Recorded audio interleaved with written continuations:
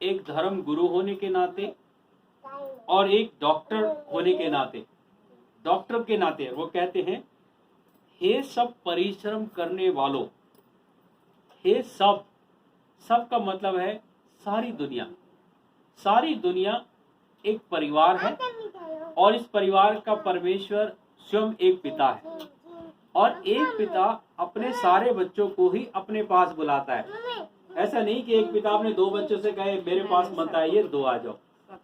इसका मतलब है यीशु वाकई ही परमेश्वर पिता है और इसलिए उन्होंने पुकार कर कहा, हे सब परिश्रम करने वालों। आज से कई हजार साल पहले ये संदेश यीशु ने दिया, हे सब परिश्रम करने वालों, बोझ से दबे हुए लोगों, मेरे पास आओ। बोझ से दबे, किसी भी प्रकार के संकट से, कष्ट से, तकलीफ से, तमाम दुख से, जो तुम परेशानी हालात में हो, मेरे पास आओ। मेरे पास आओ। यीशु कह रहे हैं मेरे पास आओ, मैं तुम्हें विश्राम दूंगा। ये यीशु मसीह एक वायदा कर रहे हैं, बुलाहट भी दे रहे हैं, एक वायदा भी कर रहे हैं। मुझे नहीं मालूम कि इस प्रकार का संदेश दुनिया में किसी धर्म के पास है या किसी ने इस प्रकार से ऐसे बुलाहट कही हो कि भाई दुनिया के सारे लोगों मेरे पास आओ। मुझे आज तक ये संदेश कहीं पर नहीं प्राप्त हुआ है। एक पिता अपने बच्चों के साथ पक्षपात नहीं कर सकता कि वो थोड़े बच्चों से कहे मेरे पास आ जाओ और थोड़े बच्चों को ज्यादा महत्व दे, उनसे कहे कि तुम मेरे पास आओ, या थोड़े बच्चों से कहे कि मैं तुमसे प्यार नहीं करता। हर पिता अपने बच्चों से बराबर प्रेम करता है और यीशु मसीह यहाँ पर कह रहे हैं कि मैं तुम्हारा स्वर्गीय पिता परमेश्वर हूँ और मैं तुमसे कहता हूँ, ऐ मेरे बच्चों, यदि तुम्हारे पास कोई दुख है या कोई बोझ है या कोई संकट है, कोई पीड़ा है, मेरे पास आओ। दुनिया की रीत है जब बच्चे दुख तकलीफ में होते हैं तो वो किसे बताते हैं? पापा को ही बताते हैं, चाहे वो बेटा हो चाहे बेटियां हो। पापा हम ये परेशानी सामना कर रहे हैं। और पिता, दुनियावी पिता सोचता है कि मैं अपने बच्चों की समाधान करूं, और यही परमेश्वर जाहिर कर रहा है कि जैसे एक स्वर्गीय पिता अपने बच्चों की तरफ ध्यान देता है, इसी तरह से मैं तुम्हारा स्वर्गीय पिता परमेश्वर हूं, जहां की तुम मूल संतान हो।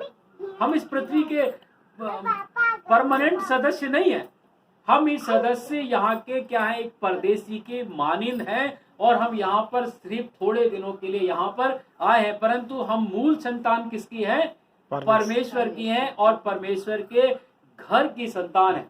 लेकिन हम यहाँ पाए जाते हैं, परमेश्वर अपना प्यार प्रकट कर रहा है। वो कह रहा है कि ऐ सब मेरे बच्चों, परिश्रम करते हो, जो दुख उठाते हो, कड़ी मेहनत करते हो, तुम्हारे पास यदि कोई बोझ है या कष्ट है, मेरे पास आओ, मैं तुम्हें विश्राम दूंगा।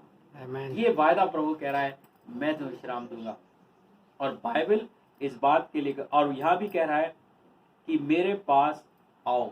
और बाइबल में हमने ये देखा है कि जो भी कोई प्रभु यीशु के पास आया, जो भी कोई, ना उसका धर्म ना उसने मजहब देखा।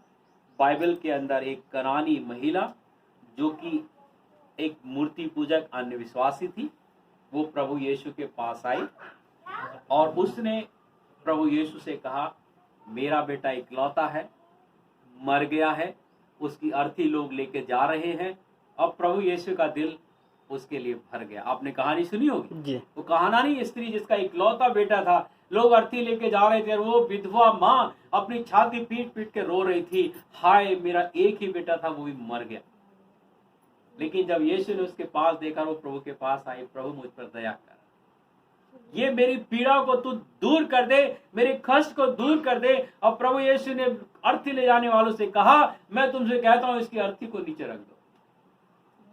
और प्रभु यीशु ने जब अर्थी रख दी, प्रभु यीशु ने कहा, ए जवान, मैं तुझसे कहता हूं, उठ जा, उठ जा। और बाइबल कहती है उसी समय उसके अंदर सांस आ गई और खड़ा हो गया। प्रभु ने उस स्त्री से कहा, ले, ये तेरा क्या है? बेटा है। मैंने तेरी पीड़ा को, मैंने तेरे कष्ट को क्या कर दिया है? दूर कर दिया है। क्योंकि एक माँ जो विधवा हो, जिसके बाद इकलौता बेटा मर जाए, उसकी पीड़ा कितनी बड़ी होगी, बहुत बड़ी। उसका तो सहारा ही छिन गया, उसका तो जीने का मकसद ही खत्म हो गया, और वो भी इकलौता बेटा, और वो बेचारी इतनी पीड़ा में थी। प्रभु यीशु ने कहा कि तू विश्वास रख, जा, ये ले तेरा बेटा है आनंद मना। प्रभु यीशु के पास जो कोई आया, प्रभु ने उसके जीवन को आनंद से भर दिया, उसकी बोझ को, उसकी पीड़ा को क्या कर दिया, दूर कर दिया। बाइबल के अंदर बहुत सारे और भी वर्णन है जो कि मरकुस की किताब उसके